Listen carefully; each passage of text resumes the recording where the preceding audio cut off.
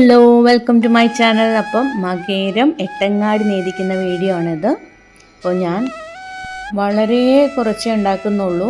അപ്പോൾ കുറച്ച് ഞാൻ ചുട്ടെടുക്കുകയും ബാക്കിയുള്ളത് വേവിച്ചെടുക്കുകയാണ് ചെയ്യുന്നത്. അപ്പം കുറച്ച് മധുരക്കിഴങ്ങും കപ്പ, അതുപോലെ കിഴങ്ങുകൾ, ചേമ്പ് അതൊക്കെ കുറേശ്ശെ ഇട്ടിട്ടുണ്ട്. ചേന ഞാൻ വേവിക്കുകയാണ് ചെയ്തത്.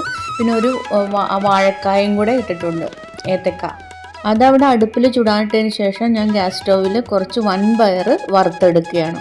അപ്പോൾ ഈ വൻപയർ ഞാൻ മിക്സിയിലിട്ട് ഒന്ന് പൊടിക്കും. അല്ലെങ്കിൽ ഇനി സ്റ്റമക്ക് പ്രോബ്ലം വരണ്ടാന്ന് വെച്ചാൽ, അസിഡിറ്റി ഒക്കെ വരണ്ടാന്ന് വെച്ചിട്ട് അതൊന്ന് പൊടിച്ചെടുക്കും.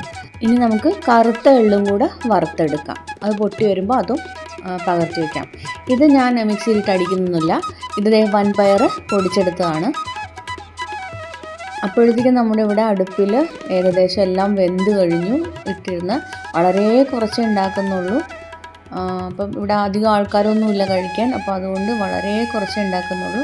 അപ്പോൾ ചുട്ടെടുത്തൊക്കെ ഞാനൊരു വെള്ളത്തിലേക്കാണ് ഇടുന്നത്. അതിപ്പോൾ ഇതിൽ കാണിക്കാൻ വിട്ടുപോയി. ഞാൻ വെള്ളത്തിലേക്ക് ഇടും. എന്നിട്ടിത് അതിൻ്റെ തൊണ്ടൊക്കെ കളഞ്ഞതിന് ശേഷം വീണ്ടും ഒന്ന് കഴുകിയിട്ടാണ് ഞാൻ എടുക്കുന്നത്. ഇത് ഓരോന്നായിട്ട് നമുക്ക് എടുത്ത് മാറ്റാം. ഇനി അതിനുശേഷം അടുപ്പിൽ ഞാൻ കുറച്ച് വെള്ളം ഒഴിച്ചു, ശർക്കര ഇട്ടു. പക്ഷേ ഇത്രയും ശർക്കര വേണ്ട. ഞാൻ ഇതിൽ നിന്ന് പകുതി എടുത്ത് മാറ്റുകയും ചെയ്തു കേട്ടോ, അല്ലെങ്കിൽ മധുരം കൂടും. കഴിഞ്ഞ വർഷം ഞാൻ ഇതുപോലെ ഉണ്ടാക്കിയിട്ട് മധുരം ഭയങ്കരമായിരുന്നു.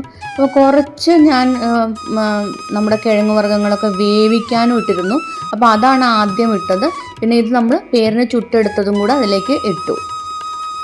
എന്നിട്ട് രണ്ടും കൂടെ നമ്മുടെ ശർക്കരയിലൊന്ന് മിക്സ് ചെയ്ത് വൻപയറിൻ്റെ പൊടി ഇട്ടു.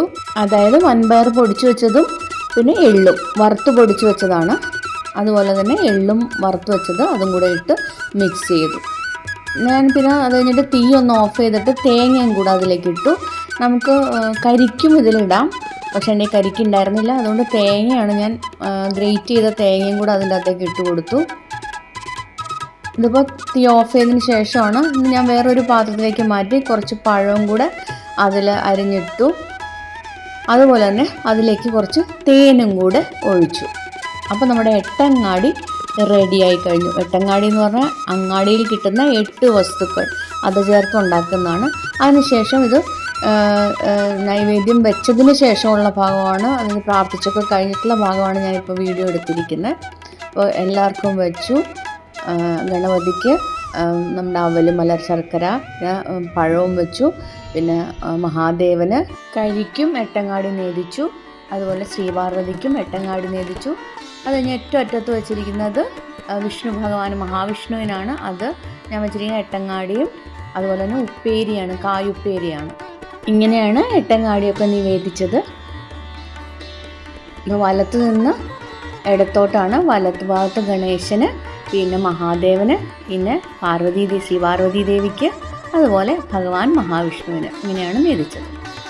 അപ്പോൾ എൻ്റെ വീഡിയോ എല്ലാവർക്കും ഇഷ്ടപ്പെട്ടെന്ന് വിചാരിക്കുന്നു.